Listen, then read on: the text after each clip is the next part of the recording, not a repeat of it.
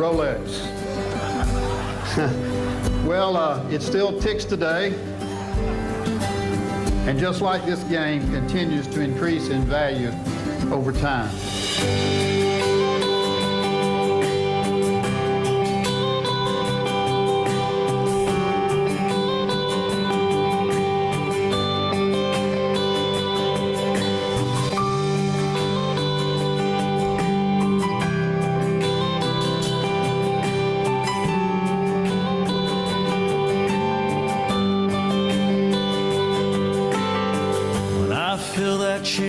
Smell that fresh cut grass.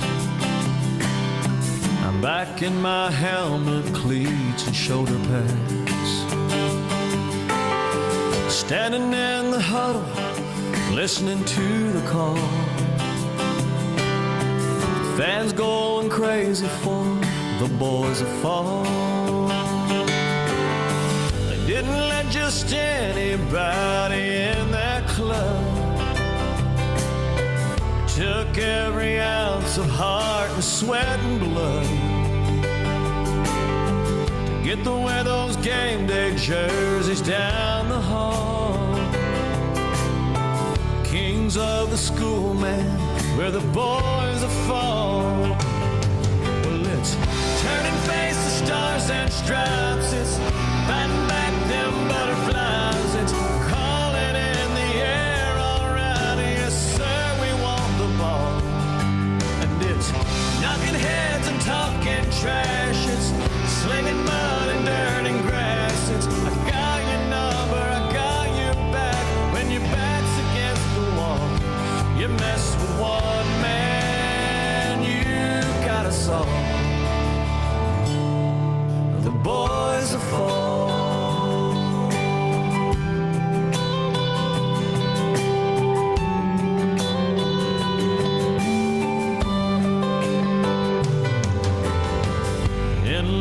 Towns like mine, that's all they got. Newspaper clippings fill the coffee shops. The old men will always think they know it all. Young girls will dream about the boys of fall. Well, it's turning face to stars and stripes. It's fighting back them butterflies. It's calling in the air, all right, yes sir, we want the ball. And it's knocking heads and talking trash. It's slinging mud and dirt and grass. It's I got your number, I got your back. When your back's against the wall, you mess with one man, you got us all.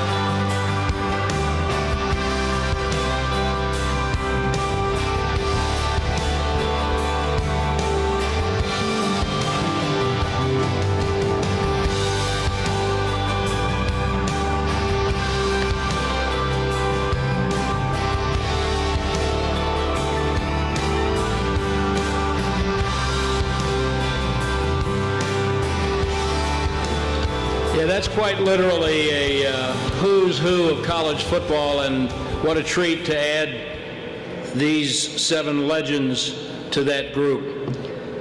At the front entrance to AT&T Stadium, not very far from where we stand, is a walk of honor that recognizes each Hall of Fame member, and with each class, new bricks are added to honor this prestigious group. Make sure, if you haven't seen them, that you do before you leave today. The Goodyear Cotton Bowl Classic is committed to higher education. It's really kind of the mission of the Classic. And since 1937, the Classic has contributed close to $1 billion with a B dollars to participating institutions.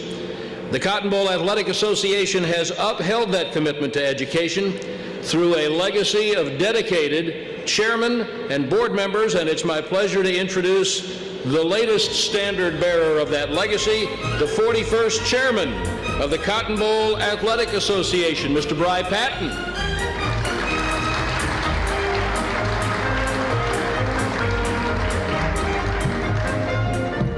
Good afternoon, everyone. Glad you're here.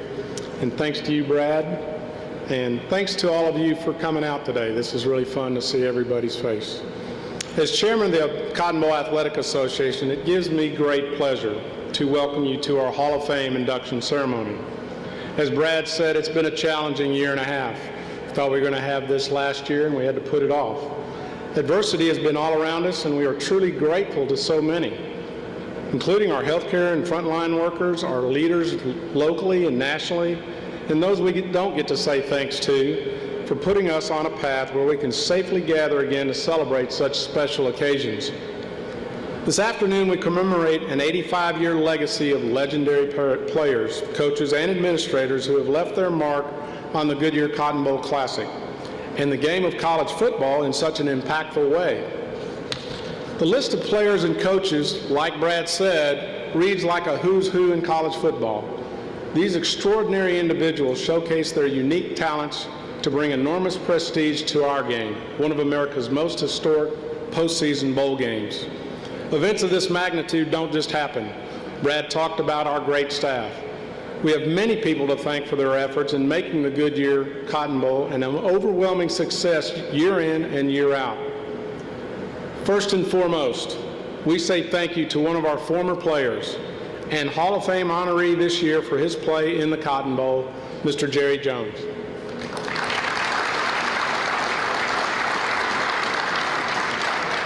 We also want to thank all the Jones family and all the people of the Dallas Cowboys and the staff of this magnificent stadium for giving us the opportunity to hold not only today's enshrinement ceremony here at AT&T, but for letting the Cotton Bowl call AT&T Stadium, one of the greatest sports venues in the world, our home. We'd also like to recognize some of our great special corporate partners. It starts with our title sponsor, Goodyear, an iconic worldwide brand that has been associated with sports for decades.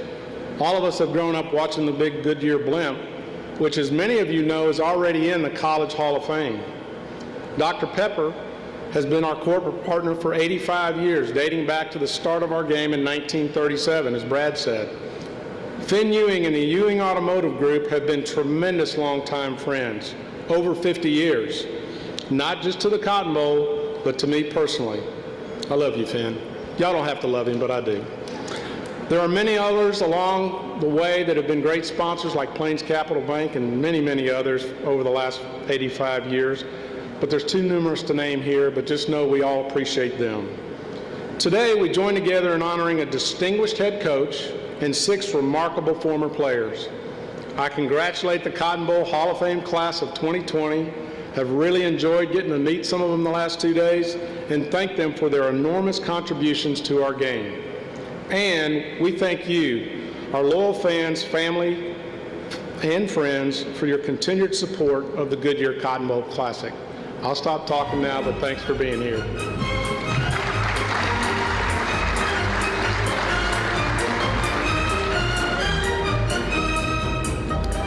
He said, "You stole some of my stuff." I said, "Sorry, I didn't know. Maybe we should rehearse."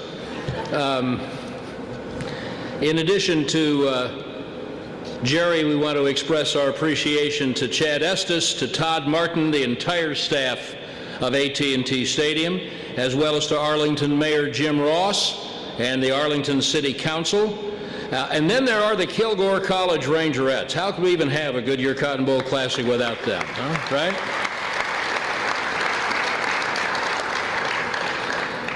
The Rangerettes have been a staple not only of today's Hall of Fame ceremony, but for 71 consecutive classics dating back to New Year's Day 1951. Not these exact same Rangerettes, but as an institution, the Rangerettes. Some of them could still do all of this. And we've got a stadium full of dignitaries with us today. Many have traveled a great distance to support our Hall of Fame class. We're beyond delighted that you're all here. We want to recognize 3 members of the Cotton Bowl Hall of Fame. Our legendary photographer for the past 73 years, Brad Bradley, the great Brad Bradley, is right over there. Mr. Bradley.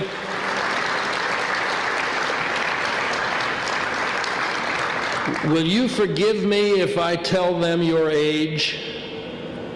You will forgive me? Mr. Bradley's handshake is as strong as when I met him. He's still shooting pictures, and he's 99 years young.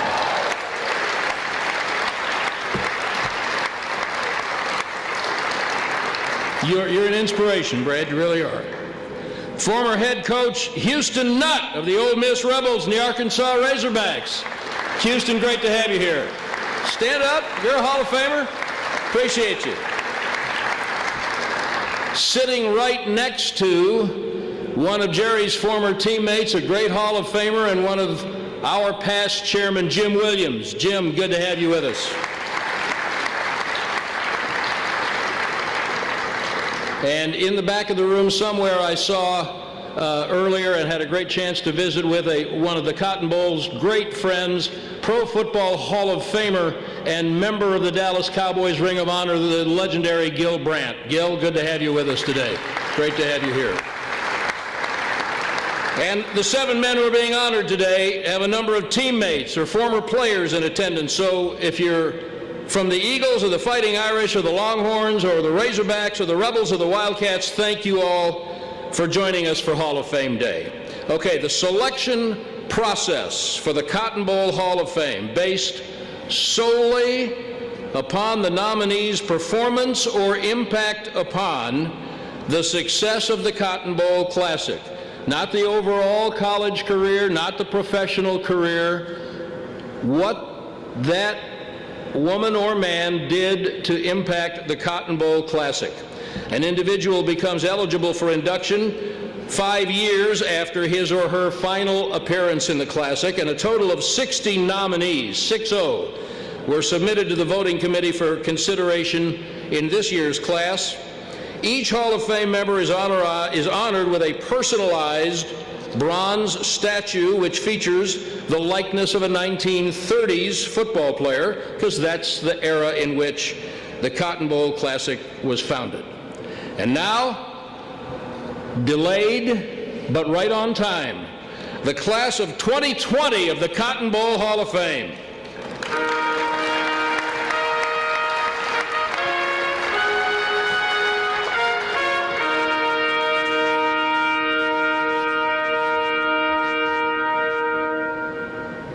That's a long trumpet note. Nothing seemed to faze Kansas State quarterback Jonathan Beasley.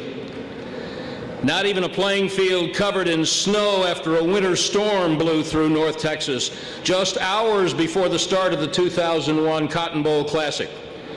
Beasley set records for first half efficiency by rolling up 238 yards in total offense, logged the second highest number of yards passing with 193 against Tennessee. And whether it was on the ground or through the air, he was relentless. He ran 14 yards for the game's first score, then he passed for touchdowns of 56 and 10 yards. And by the time the third quarter rolled around, most of the snow had evaporated, along with Tennessee's chances. Beasley and the Wildcats pounded out 507 yards of offense and cruised to a rousing 35-21 defeat of the Volunteers. For his tremendous efforts in the 2001 Classic, we now honor Jonathan Beasley with his induction into the Cotton Bowl Hall of Fame.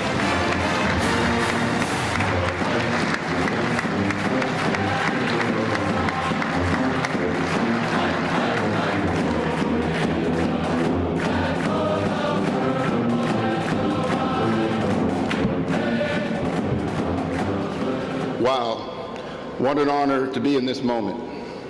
I'm trying to decide which task is more daunting, being from Arizona and playing in the Cotton Bowl in the snow, or public speaking. Definitely public speaking. The day I received word informing me that I was going to be inducted into the Cotton Bowl Hall of Fame itself was a moment frozen in time. Immediately my mind went to that cold day, 28 degrees to be exact, on January 1st, 2001 in Dallas, Texas. I didn't show up that day playing for this moment. I didn't show up expecting to be part of history. I didn't play so that I could one day be in the Cotton Bowl Hall of Fame. There was one thing on my mind that day: beat Tennessee. I want to walk you through how I see that game day now, as I have the opportunity to reflect on it. You see, these moments are never yours alone, but a compilation of relationships and experiences that prepare you for that moment. As I prepared for the Cotton Bowl that day, I remember being hyper aware of my spirituality, the knowledge that without God, nothing was possible. I thanked him for the talent that he blessed me and the opportunity to play in the Cotton Bowl. I thought of my high school coach, Larry Feckenheimer, who is here, that he laid the foundation and pushed me to be the best player I could be, instilling values in me that would allow me to succeed on and off the field. As I warmed up that day in the frigid temperature, Ron Hudson, my position coach, the man that believed in me and recruited me at Kansas State, pushed me each day to be the best that I could be, reminded me of what I was capable of. In the locker room before the game, I was reminded what a remarkable man, fellow inductee, and my coach, Bill Snyder, was. That man gave me the opportunity to play college football.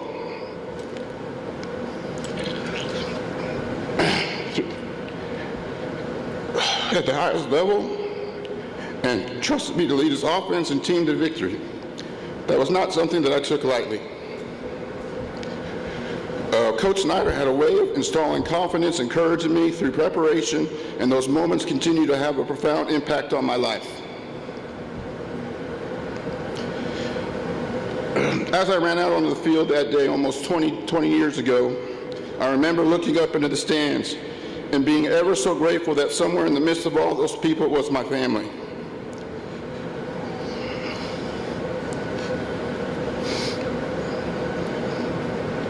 The family that sacrificed so much to get me to this point.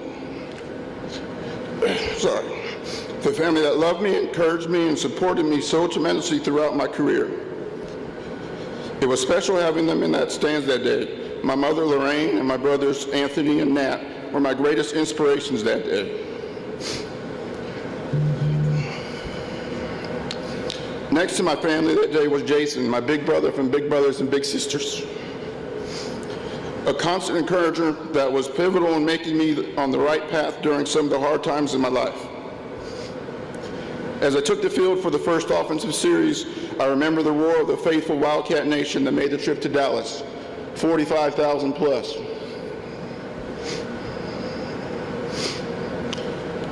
Wildcat Nation, you will always have a place in my heart.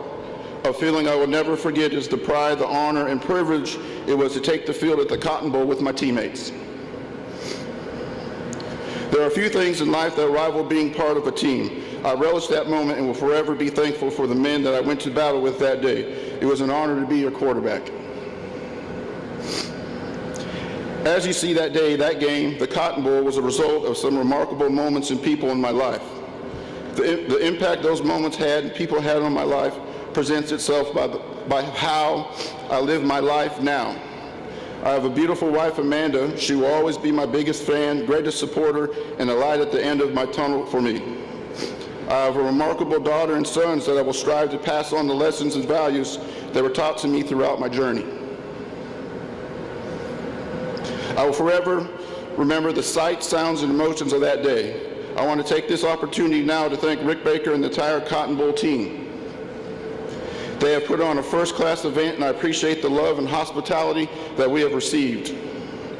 I would like to also thank the committee for bestowing me, my fellow inductees, and I this amazing opportunity. It's a privilege and honor for this game, this day, and the people that we are mentioned here today to have this moment now frozen in the Cotton Bowl Hall of Fame. Thank you for coming.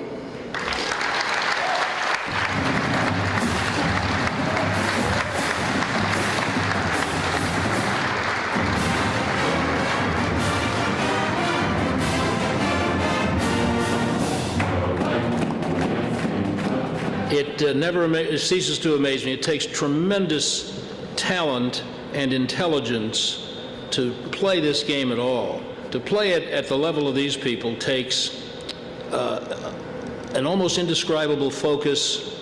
It takes heart and passion and commitment, and thank you for honoring us with sharing yours. Thank you very much, Jonathan. And it happens every time we do this. It's why we keep doing it. Notre Dame split end Tom Gatewood was an All-American in every sense of the word. He was the Fighting Irish's go-to receiver. He was a Dean's List member and inspirational role model for youth everywhere. This humble student athlete had a special gift, and it was evident to all in his 2 Cotton Bowl Classic appearances against top-ranked Texas. In the 1970 Classic, the speedy receiver hauled in a 54-yard scoring pass to push the Irish to a 10-0 lead. And a year later, Gatewood and company were back in the Classic to face Texas again. And just like the year before, he led the charge. Gatewood's 26-yard touchdown catch put the Irish on track to a stirring 24-11 victory that snapped the Longhorns' 30-game winning streak. In 3 seasons, he amassed 157 receptions, a mark that stood for 34 years as the receiving standard at Notre Dame.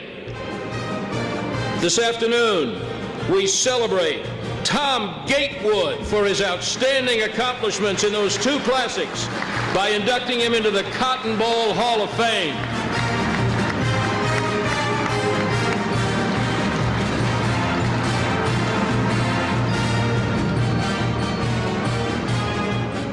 Thank you. Football is a game that starts very simply with a game plan. I don't know, the countless number of people who are in the audience right now have, at one time or another, sat down with a pen, pad of paper, written down a to-do list. You do it every day.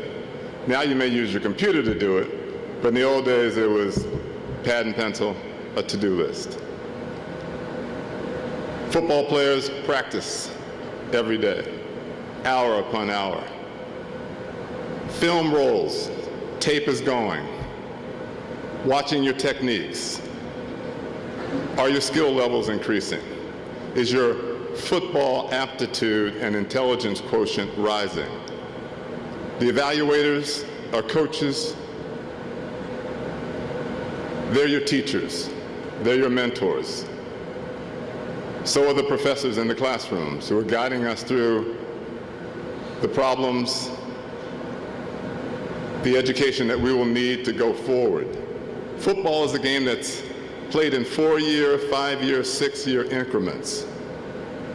When those days are over, there needs to be substance in that individual, because going forward, you will continue with those agendas.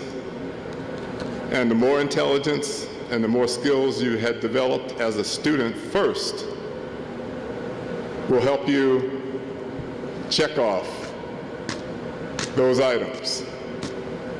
But sometimes life throws you a curveball, not any different than on the football field. As a wideout, I run up the outside, ready to play. Quarterback's calling the signals. He sees something that's a little different than it's drawn up on the blackboard.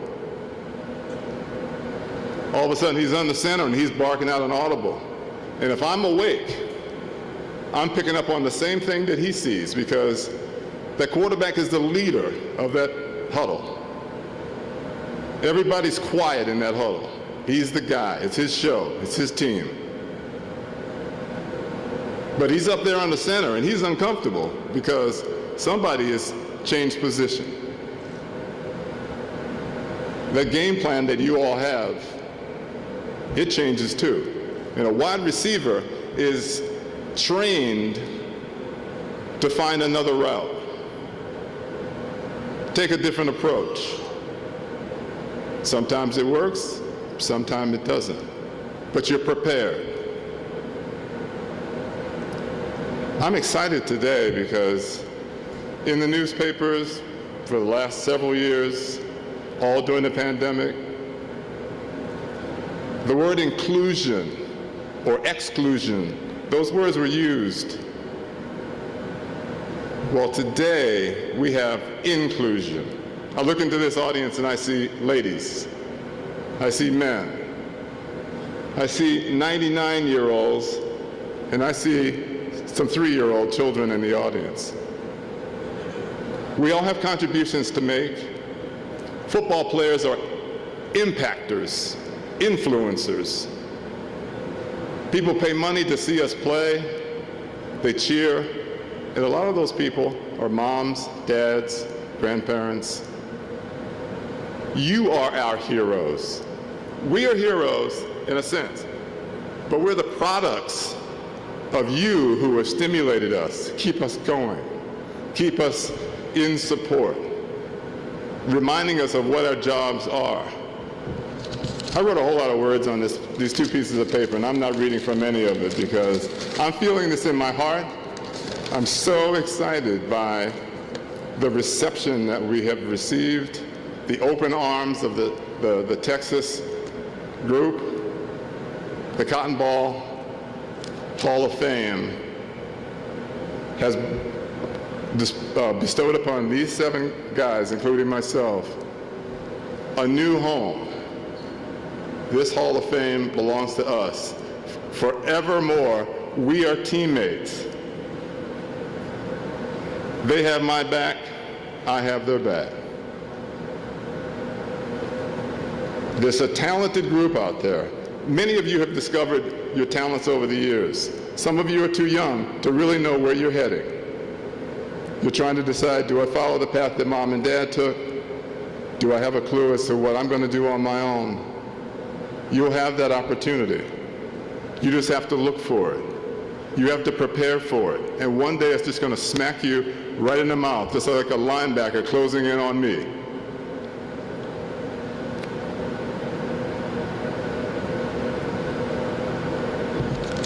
There's one word that I'll pull off of this game plan that I wrote up, and that word is performance.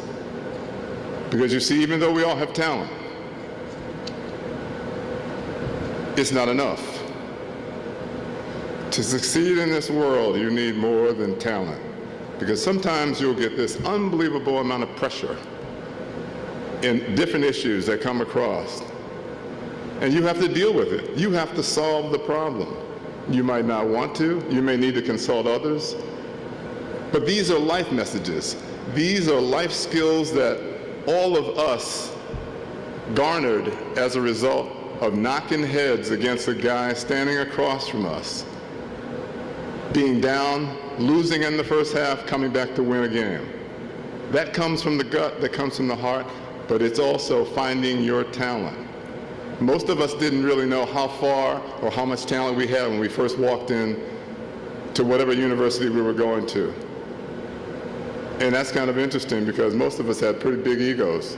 We're walking around thinking that we're everything. We're out of high school. We broke every records in the book in high school. When we get to college, and all of a sudden we find out that, wow, this guy's faster than me, this guy's taller than me, he's bigger, he hits harder, he's better conditioned. I got to start all over again. Well, that's okay. It's good to get training about how to start all over again. If you're losing at halftime, a coach, and I would think Coach Snyder may have done this in times when he's been down on the wrong side of the scoreboard, he has probably said to his teammates, come on, let's get back to the basics. Let's remember where we started. We can pick this up. Performance is the word that I'm looking for here, performance. And I'm looking at these two young people and this third young person right here, and I tell you that talent is not the only thing. You've got to perform. When you get out into the real world, whether it's your teacher, your professor, or your employer, they want to know, what are you going to do for me? What are you going to do for this company? You've got to show your worth. All you need to do is be prepared. So I think everyone here who has come, I'm enjoying this day of inclusion. This is inclusion, not about, oh, Black Lives Matter, oh, White Lives Matter, whether you're Republican, Democrat, whatever. Skip all that. You are football fans. You love the energy. You love us, we love you. Thank you.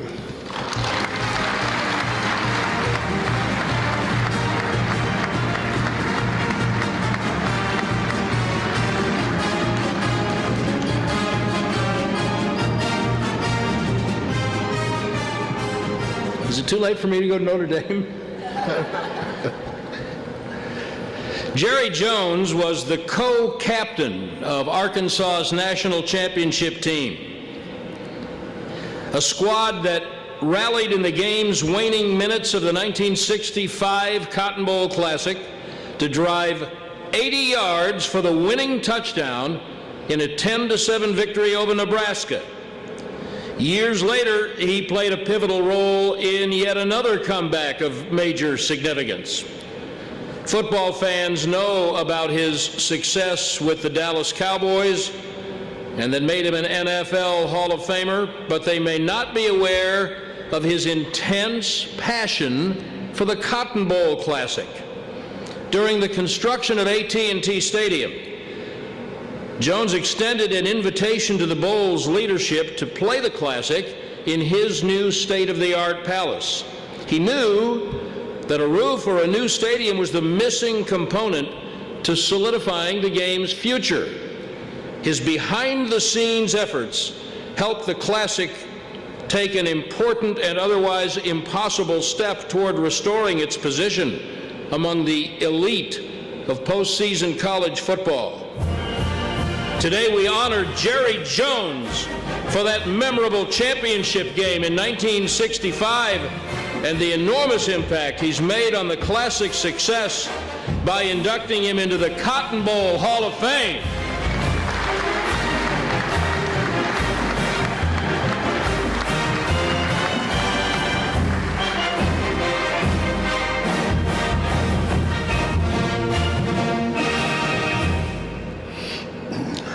Well, good afternoon, and my distinguished teammates. It's great to be on the team with you. Each and every one of you have such a part of this game in your blood, and it's just a privilege to be associated with you forevermore. When I think of the Cotton Bowl, you just saw a picture that goes back those many years. And walking out with me that day was my wife, Jean, who's sitting right down with us. We didn't know that picture had been taken, and we were ahead there in the last few seconds, and they invited the wives and significant others.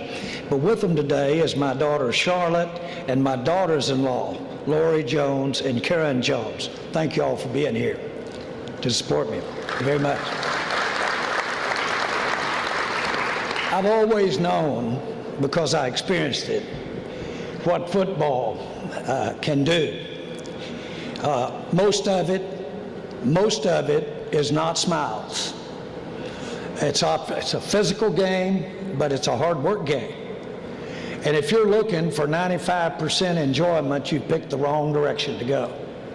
It really is about a small percentage at the top where it all becomes worth it. My reason for cherishing this honor today, and I do want to thank the Cotton Bowl and the committee and the staff to be included here. But this game was so special to me in a lot of ways. Obviously, I played the game with my teammates. And those teammates, because we got to celebrate a happening that really none of us ever thought it could happen to us. We read about it, we dreamed about it, but never thought it could happen to you. We went down to Austin, met the mighty Longhorns. They were #1 in the nation. And we were able to get out of there with a win. And when we flew back to those hills of Arkansas, Texas was #1. We were not the same cats anymore. We looked in that mirror and something had changed. And we were 18, 19, 20 years old. And it did change. And it was manifested that day, January 1st, 1965, when we lined up against those Nebraska Cornhuskers and got out of there with a win and an experience that changed my life. Yes, this is a meaningful thought and award, and I thank everybody involved with it. My experiences were when we got to Houston, because our coach Broyles did not want us to be practicing in Dallas. That's where it was January 1st, New Year's. They knew it'd be partying going on and families, and they wanted to move you away from all that activity and have you down there where you were practicing. Well, when we were practicing during the week, and we practiced for a week, Coach Broyles, our coach, arranged for a field trip to give us a break. And he took us over to a new building. It was called the Astrodome. The 9th wonder of the world, the Astrodome. And we walked in that Astrodome. And as a 19-year-old, I looked around that Astrodome and it was like you were on Mars. And you thought, how could you even think about playing ball? This place is so unbelievable. And 30 days later, they played the first baseball game in that Astrodome. And then I thought, where does this come from? Where do these ideas come from? How do people think of this stuff? And where would you start? Where do you put the first screw? How do you do it? All that was going through a 19-year-old's mind at the time. And yes, we moved from there. We came to Dallas. And we did win that Cotton Bowl game. But ladies and gentlemen, that 19-year-old, recall that experience. Roll the clock forward 35 years later, and I'm with the Dallas Cowboys. And I'm thinking about, what are we going to do to make the Cowboys even more special? What can I do? And I started thinking about going in that Astrodome. I started thinking about that thrill. I got the same thrill. A bit emotional here. But I got the same thrill. And so I started thinking, and I engaged my family. And we got together. And we started coming up because I knew it could happen, because I'd seen it done before. I walked in there when I was 19 years old, and I saw it done. And so we began building what is you're sitting in today called AT&T Stadium. And as this happens with young people, some 35 years later, you can put 5 of them damn Astrodomes inside this one right here. That's what the game, that's what being involved, that's the kind of inspiration that can be involved there. My coach, Frank Broyles, Houston Nut, We both were so honored to have him, not only as a colleague, but a friend. Houston coached there while his time with the Razorbacks. But Coach Balls would say to his young players, he'd hold that hand up and those four fingers, the fourth quarter. And he'd say, men, anybody can do it when you first run out on the field.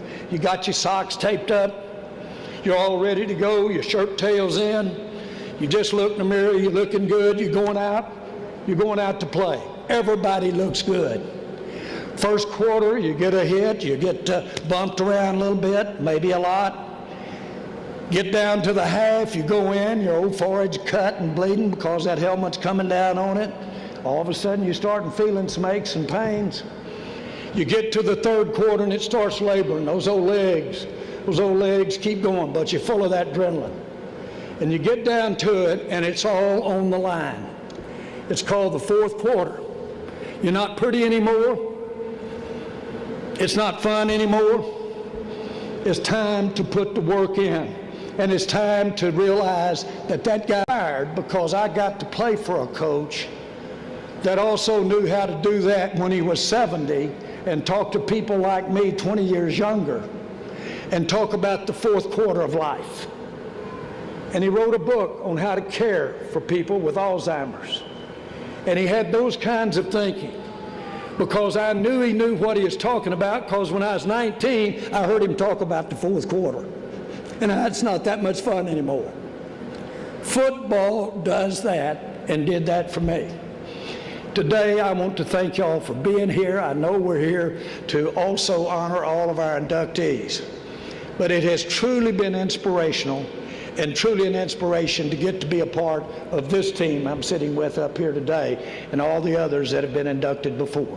Thank you very much.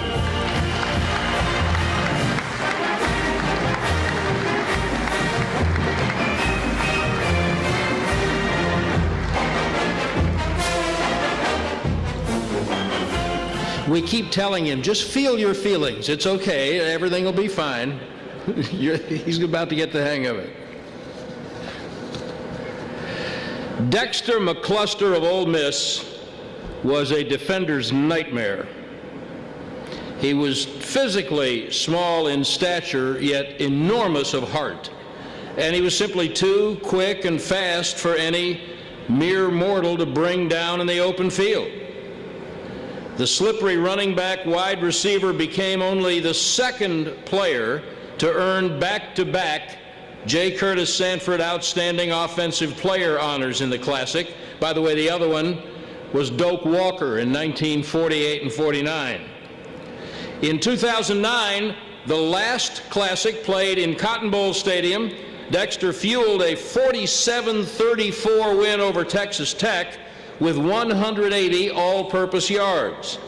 And he proved to be even more elusive a year later as the Rebels christened this place with a 21-7 defeat of Oklahoma State. His 86-yard run for Ole Miss first score was the key play of the game, and he finished with 229 all-purpose yards.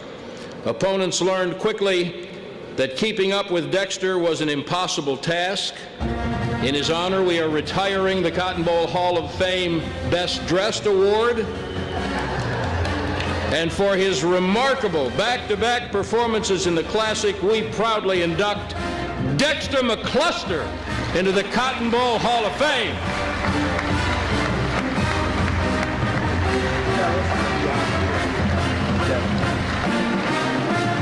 Oh, man. God is good, man. He's good. Growing up, before I even start, man, I didn't write anything down because I like to come up here and just be myself.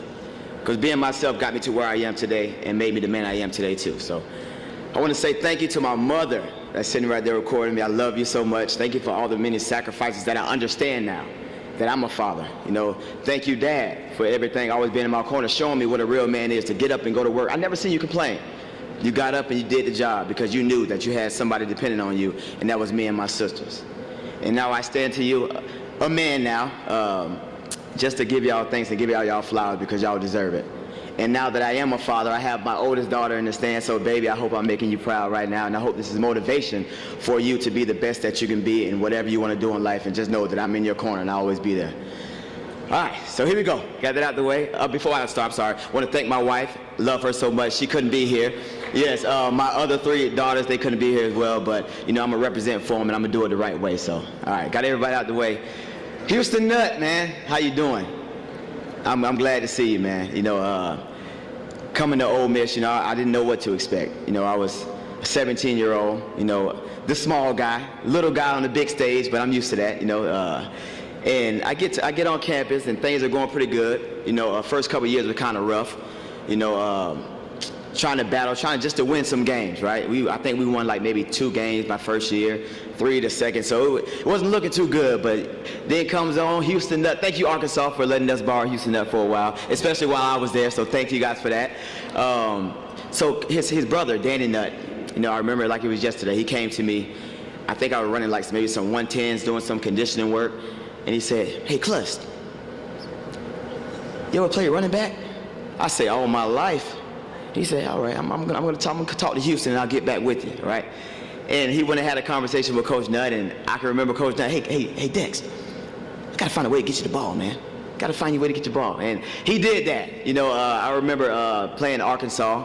His, you know, is it alma mater? Did you go to Arkansas? I know you coached there for a while, right? So screenplay went for, I think, about 40, 50 yards, man. And it was kind of like the gates of everything just opened up for me that year. So I want to thank him for, you know, just believing in me. Thank you for everybody that's believed in me, the small guy with the big heart. And I take that and I stand on that, because no matter what you want to do in life, you can do it if you put your mind to it. You have to be prepared to fail sometimes, man. I mean, it wasn't easy. It's still not easy. I'm sure these guys can attest to it. It's not easy. But you can do it if you keep the faith and you keep knowing and believing in yourself, knowing that God made something special inside all of us. Every single person that's in here, male, female, young, old, whatever it is, we have something special. So unlock that thing, man. Unlock whatever it is that you're destined to be, to motivate, to walk in that true purpose. And I think that I'm doing that right now. What was football going to be like for this guy? Or what was life going to be like for this guy after football? That was a big question for me. But now I can stand in front of you guys today and say, you know what? I thank you, Lord, because I'm truly walking in my purpose. I'm letting my light shine bright to the world, using my platform still to this day, man. So thank you, guys. Thank you, Cotton Bowl Committee. Thank you, everybody that supported me. This little guy's not going anywhere anytime soon, man. So, hey, Jerry, I got my cleats outside.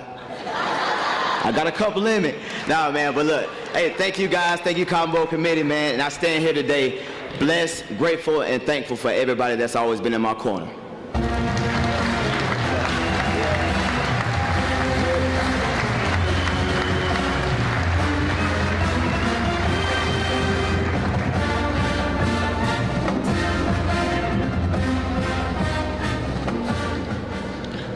A while ago, I mentioned the Kilgore Rangerettes. We cannot do this without them. Okay. This is Bria Landry.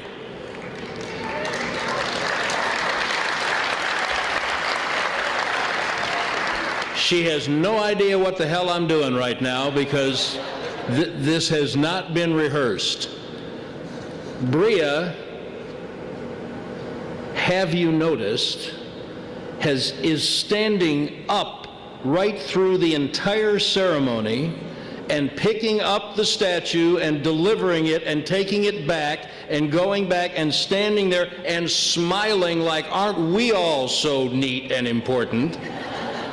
And she's been doing this since 9 o'clock this morning. She rehearsed this. I thought that what you are doing today deserves special mention. Thank you. Thank you. You're welcome. You're welcome. Okay, as you were. We have Hall of Famers to recognize. That's unbelievable. She's just standing there with the most pleasant smile on her face the whole day. Someone get the girl a chair, for crying out loud, and lunch. Did you get to eat at least? Texas defensive end Corey Redding accomplished some amazing things in his career on and off the football field. The All-America selection collected 8 tackles in the Cotton Bowl in a 35-20 victory over LSU. 5 of them were solo stops. 4 resulted in 23 yards in losses, including a sack for -18. Quarterbacks and running backs tried to avoid him at all costs, but rarely succeeded. Redding was an inspirational figure, one who motivated his teammates to meet the challenge on every play and leave nothing on the field. His leadership qualities translated perfectly into community service, where he utilized football as a platform to mentor youth and lend a helping hand to many. He's the ultimate team player, one who lives life and played football at an extremely high level. And for his outstanding performance on New Year's Day in 2003, we now induct Corey Redding into the Cotton Bowl Hall of Fame.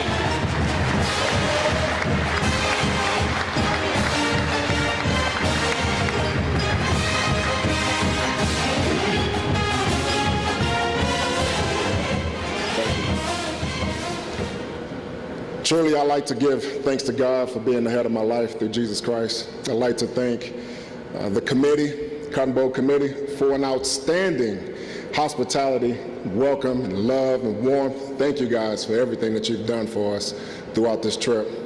I want to thank my family, my beautiful wife, my 3 children here, my mother-in-law, father-in-law, my sister, my coach, family, friends. I want to thank my coaching staff from UT, Hardy McQuarrie, defensive end coach, AKA Chili Man. He always used to tell Corey, get your chili hot, you know. I always like to be serious, but always kept a little bit of comedy there to keep myself balanced. And Coach always wanted my chili hot. So wait till we get on the field, Coach. Coach Greg Davis and also Bruce Chambers. Thank you guys for coming here and showing support. To my fellow teammates on the stage, the distinguished gentlemen that graced the field with their presence and also gave a lot of effort on the field of play. It's truly an honor and a privilege to be standing up here as one of the inductees. This is a kid's game that we play.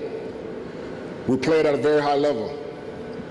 We take what we do on the field very seriously because someone is always watching. Whether that's your children, people in the fellow community that you live in, grocery store, clerks, janitors, you never know who's watching you. So always give your best. Always put your best foot forward and try to be the player that the coaches know that you can be, that you haven't really tapped into yet and found what they see. And I thank you for the coaches that pushed all of us to be the best that we can be so we could bring those talents on the field of play. I'm not supposed to be standing up here. You know, I was born with, a condition on my hips where my feet were on top of one another.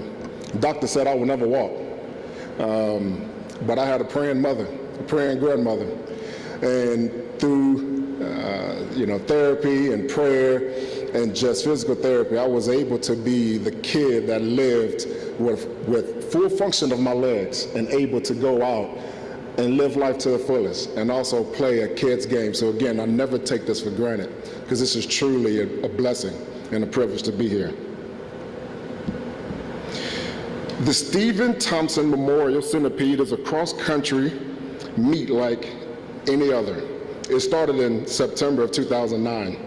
As teams embark on a 3-mile race, each 7-member team race as a unit holding a rope for the first 2 miles. At the 2-mile mark, the team dropped the rope and finished the race individually. One year, a team put the fastest runner in the front and the slowest runner right behind them.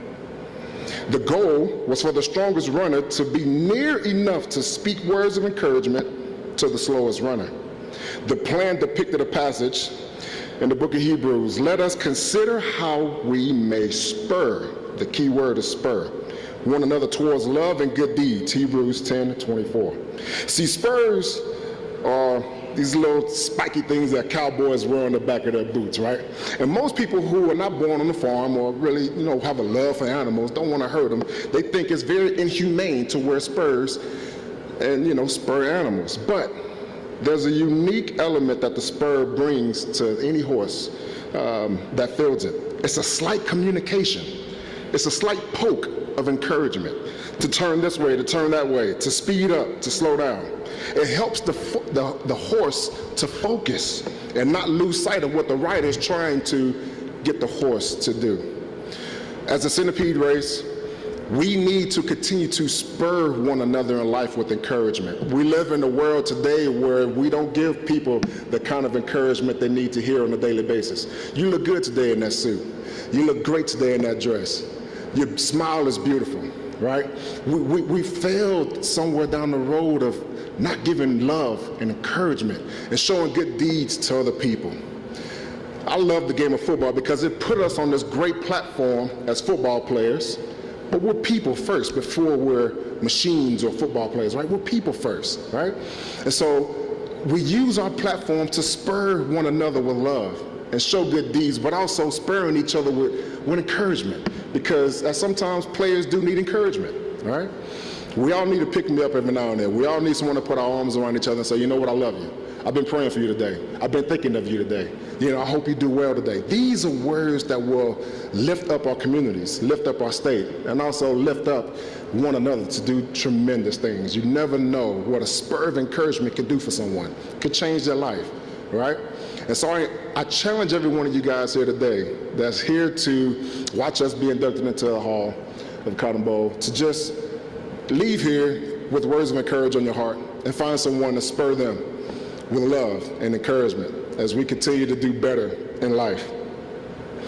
It's truly an honor and again a great privilege. I'm just tickled pink to experience this with my kids, who I guess knew I played football but never really knew the how I played, and so this basically is confirmation to say, kids, I did play football, and they're like, wow, Dad, this is amazing, this is awesome. But again, this holds a special place in my heart. It really does. This is the grand stage of them all when it comes to bowl games in the state of Texas. And to go out there on that field and to give it all and to play and to win with my teammates. Truly, I'm not up here by myself. I'm with the support and love of my teammates and my coaches. And I share this award with them. Thank you, guys. God bless.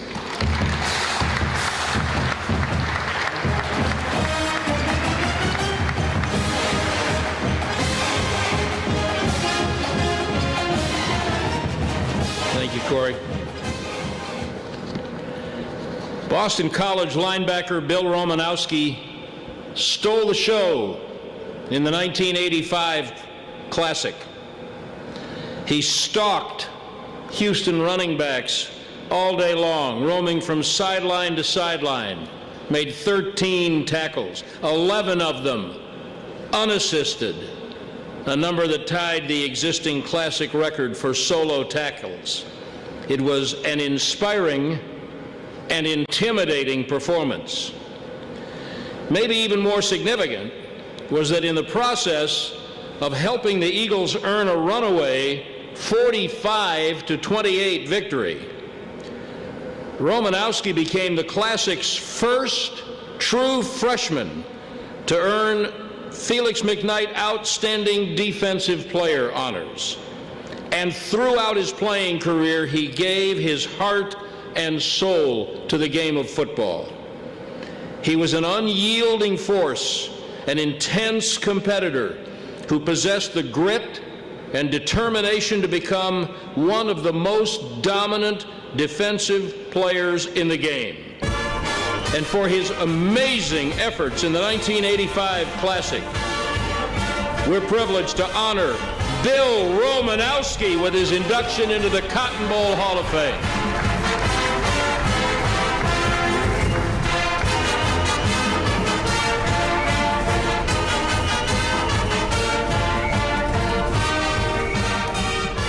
Well, thank you. Thank you, Cotton Bowl Hall of Fame, for inducting me. I'd like to congratulate all the other inductees. I would like to thank my Boston College teammates, so I would not be here without them.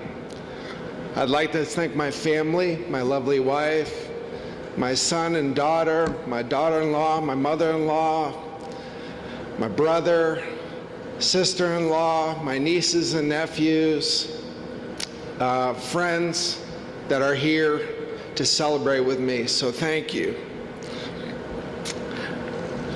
I was supposed to be redshirted, and here's how it happened. I got to Boston College in the summer of '84, and I was excited, but I had a goal. I wanted to play. There was no thought of being redshirted that sat well with me. And went through 2 weeks of two-a-days, enjoyed every minute of it, throwing my body around, hitting guys, being physical, and I'm like, this is awesome. Well, we're gonna have a dress rehearsal a week before our first game, and we're playing Western Carolina. And here's how it worked. All the starters got to dress in maroon and gold, and everybody who was going to redshirt put a yellow jersey on. And we walked out onto the field for this dress rehearsal, and I had a yellow shirt on. And as I walked out on the field and I saw the other guys in maroon and gold walking out, going to the other sideline, I started to cry. I couldn't handle the pain that I felt in my heart because I wanted to be on that other sideline. And, you know, I had other freshmen that were talking about partying that night and the fun they were going to have, but I wanted to play. And I walked up the sideline because I didn't want any of my friends to see me crying. And, you know, people, I pointed across the sideline. I said, I don't know how long it's going to take, a week, month, 2 months, 3 months, a year. I'm going to be on that other sideline. You hear me? And a lot of people thought I was intense in the NFL. I tell you what, that week of practice, you have no idea. I sacked Doug Flutie 4 times in practice. Quarterbacks are not allowed to be touched. But you have no idea how badly I wanted to play. I had offensive linemen not liking me very well because I made them look bad all week. And here we do, we get to the first game, and I was excited because everyone gets to dress. But I was really hurt because I wanted to play. And game starts, kickoff, and I'm pacing up and down the sideline. You know, I'm kind of itching my way out on the field a little bit. I want my coach to see me. Somehow, some way, I wanted to get out on that field. But I was being redshirted. Linebacker got hurt in the first quarter. And here I am, inching my way out. I wanted Coach Bignell to see me. He's, Romo, what are you doing? Get back. And I keep doing it throughout the rest of the first quarter. And here we do, we get to the second quarter, and another linebacker gets hurt. Here I am inching my way out on the field. He's like, what the heck is wrong with you, Romo? Get back. Come out the second half. And here I am. We're getting ready to kick off. And I'm kind of inching out on the field. Coach is calling up the kickoff team. And here my coach is looking at me, does one of these, looks down again, and he gives me one of these. And he said, "Romo, you want to play?" I said, "You're damn right, Coach. You have no idea." So I ran in and got to run down on kickoff. And literally I was 10 yards ahead of everybody on kickoff.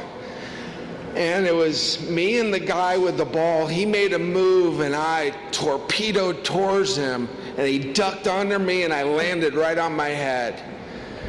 And I ran back to the sideline, and Coach McNell said to me, he said, "Romo, come here." He said, "I promise you, I've never seen anybody with that much heart and desire running down the field.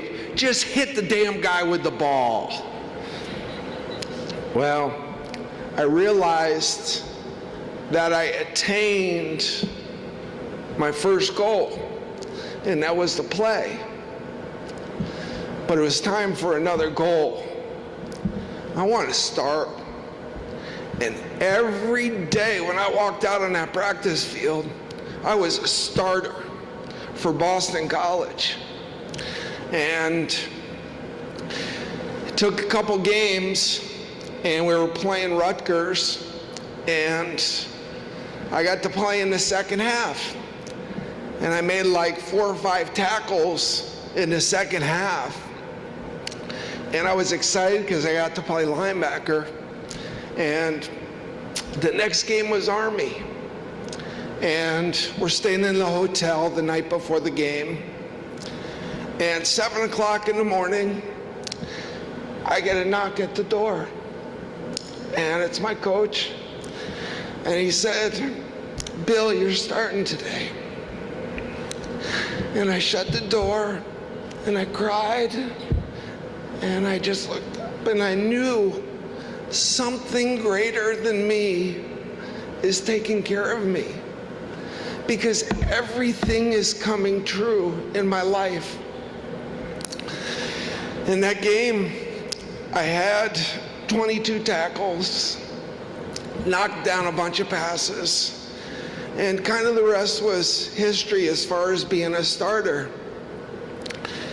And I realized that I attained that next goal.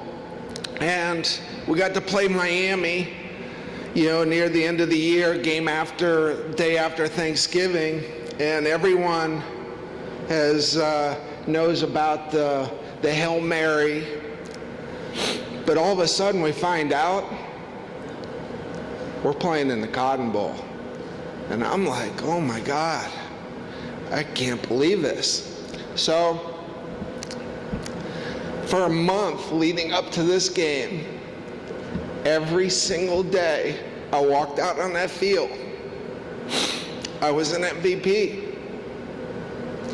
I was determined somehow, some way, I was going to make something great happen. And every single day, every practice, you have no idea how badly I wanted it. And we got here to Dallas, and it was amazing. We got to stay in this brand new hotel called the Anatole, which was amazing.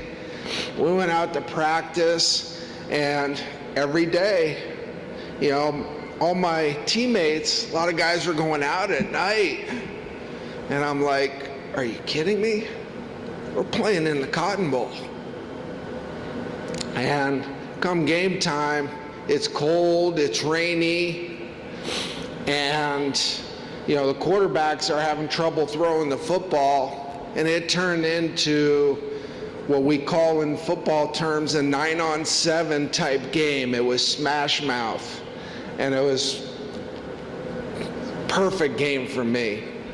And when the game was over, Boston College was victorious in that game.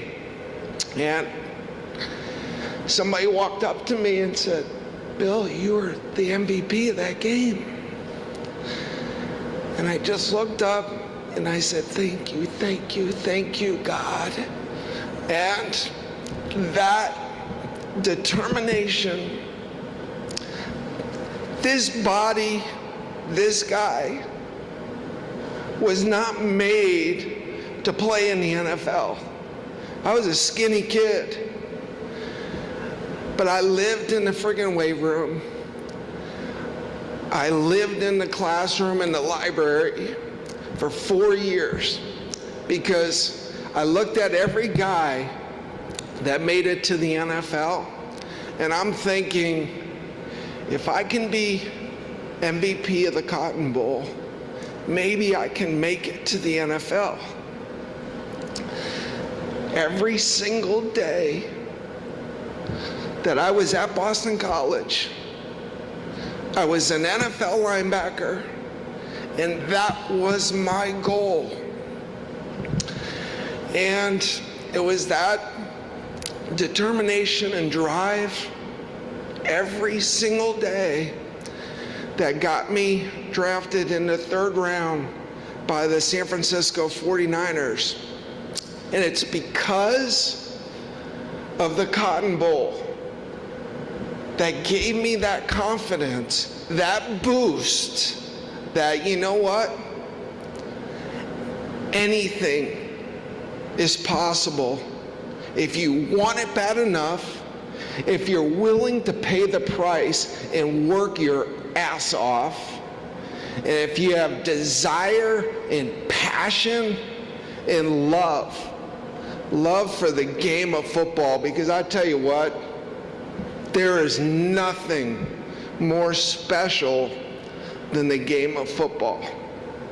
So again, I'm truly honored and blessed to be, accepted to be presented this award and to be put into the Hall of Fame with all these amazing guys.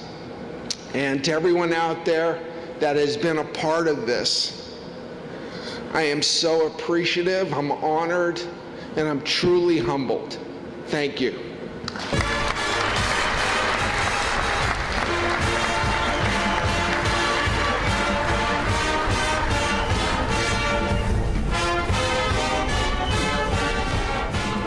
Romo left his notes here, and I'm a little afraid to touch them, but I'll bring them to you so you can have them for safekeeping. No job has ever been too big for Kansas State's Bill Snyder. Not even a program that had experienced limited success until he set foot on the Manhattan, Kansas campus in 1989. His tireless work ethic and intense dedication transformed the Wildcats into a national contender that tallied 6 11-win seasons over a 7-year stretch and logged 11 consecutive bowl appearances. With his guidance, the Kansas State program became the model of consistency. The Wildcats landed in 3 Cotton Bowl Classics, highlighted by a dominating 35-21 defeat of Tennessee in the 2001 game. And in 2015, he became one of only 4 active coaches to be enshrined into the College Football Hall of Fame. 3 years later, he wrapped up a spectacular coaching career with 215 victories. Simply put, Coach Snyder is the architect of the greatest turnaround in college football history. This afternoon, we welcome Coach Bill Snyder back to North Texas and honor him for his outstanding accomplishments with his induction into the Cotton Bowl Hall of Fame.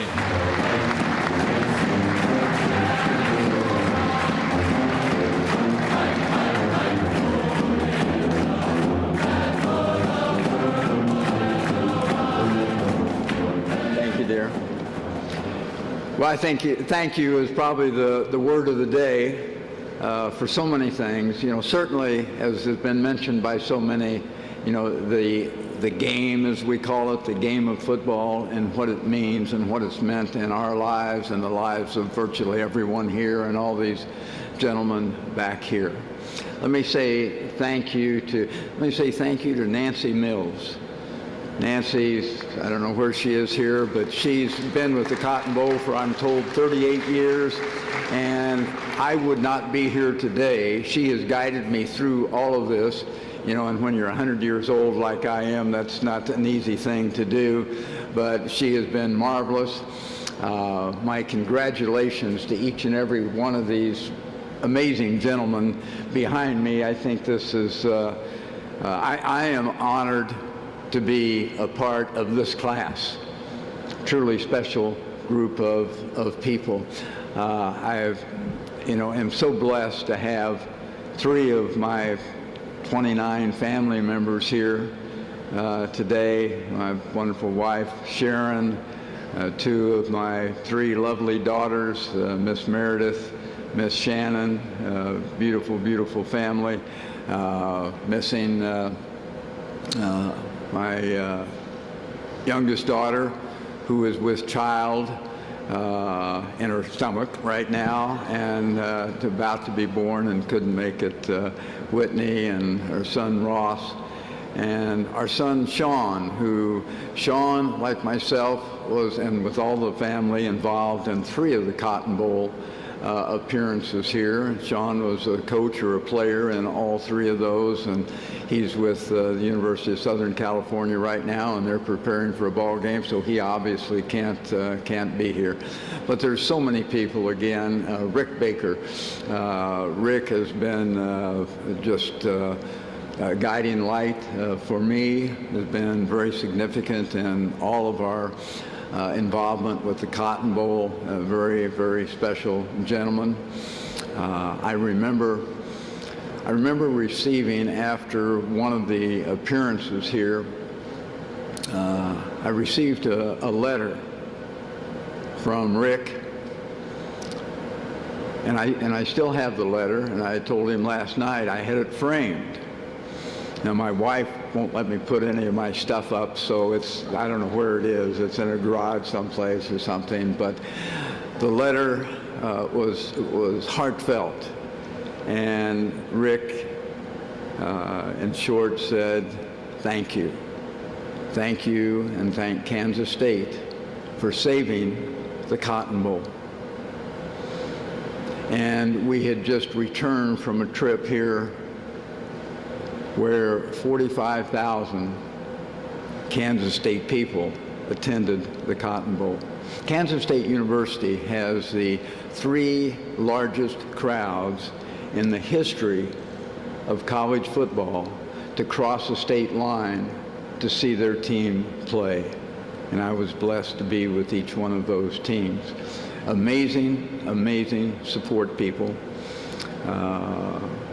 with Kansas State University, and they are so greatly, greatly appreciated. And as I said, this group of gentlemen behind me, what amazing honors. And I was blessed to have the opportunity to be with Jonathan Beasley for several years, and certainly his visits here at the Cotton Bowl. But as is true, we're talking about football all day, but it is as true as anything can be, and you've heard it from the people that have been up here. It breeds character. It breeds righteousness. It breeds amazing people. Every one of you here has had an involvement with football in some way, and you know the impact that it has had in your life. I've always shared with young people in our program, among many other things, one of the values in life is surrounding yourself with people that genuinely care about you. People who want to make your life better. People who can and will make your life better. And there's no better place to find those people than this game of football. And it's amazing to be, where we were fortunate enough to play one of our games in this amazing facility. And I've always admired Jerry and, what he has done, what he has meant to the game of football. And this is, Jerry, he can say what he wants, but, he did this because of his love for the game of football and what it has meant in his life. And there's not a thing like it. It is truly special. But as again, each and every one of you that have been invested in some facet of the game have a great appreciation for what it means in our lives. And it's moments like this. I've been to an awful lot of Hall of Fame ceremonies. There is none like the Cotton Bowl Hall of Fame. It's just like the Cotton Bowl itself. We played in, I've been a participant in 31 bowl games. And they are all great venues, but none like the Cotton Bowl. The people of Dallas, the people that are here. Just these young ladies that supported me and carted me around all day. I have no idea where I'm going, and she just guides me, through the day. But they are truly special, truly special. And that's what this whole thing is all about. It's about people, and people who truly want to make our life better, and they certainly do that. I thank you so much. Thank you for being here. God bless.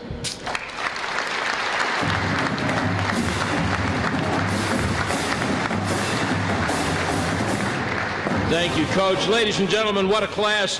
One more big round of applause for this class of 2020. Jonathan Beasley, Tom Gatewood, Jerry Jones, Dexter McCluster, Corey Redding, Bill Romanowski, and Bill Snyder.